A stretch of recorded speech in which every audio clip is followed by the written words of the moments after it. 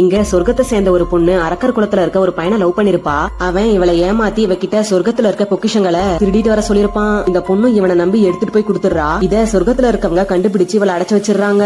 இப்ப இந்த பொண்ணுக்கு தண்டனை கொடுக்கறதுக்காக எல்லாருமே அந்த இடத்துக்கு வராங்க. அந்த இடத்துல பனிஷ்மெண்ட் கொடுக்கறதுக்காக இருக்கிற ஒருத்தன் சின்ன சின்ன ஆயுதங்களை வச்சு இந்த பொண்ணை அட்டாக் பண்றான். இத பார்த்த ராஜா லவ் பண்ணதுக்கு உனக்கு இதுதான் தண்டனைன்னு சொல்ல, ஹீரோ இந்த பொண்ணு ஏமாந்துதானே இப்படி பண்ணிட்டா, வேற எந்த தப்புமே பண்ணலையே, ஒரு தடவை மன்னிச்சு விட்டுறலாம்னு சொல்றான். அதுக்கு ராஜா அவ பண்ணத தப்புன்னு ஒத்துக்கிட்டா மன்னிச்சு விட்டுறலாம்னு சொல்ல, இந்த பொண்ணு லவ் பண்ணது தப்பே இல்லங்கிற மாதிரி பேசுறா. ஏன்னா இந்த பொண்ணு அவனை உண்மையா லவ் பண்ணிருப்பா. இத கேட்ட ராஜா இந்த பொண்ணுக்கு தண்டனையை நிறைவேற்றுங்கன்னு சொல்லிட்டு அங்க இருந்து கிளம்பி போயிடுறான். இப்ப ஹீரோ அந்த பொண்ணு கிட்ட அவன் உன்னை ஏமாத்திட்டு இருக்கான், இன்னும் அவனை நம்பிட்டு இருக்கன்னு கேட்க, இந்த பொண்ணு ஹீரோ சொல்றத நம்பாம உங்களுக்கு எல்லாம் இதயமே கிடையாதா, நான் லவ் பண்ணது தப்பே கிடையாது, இதயமே இல்லாத இந்த இடத்துல நான் இருக்க விரும்பல, தயவு செஞ்சு என்ன கொன்னுடுன்னு சொல்றா.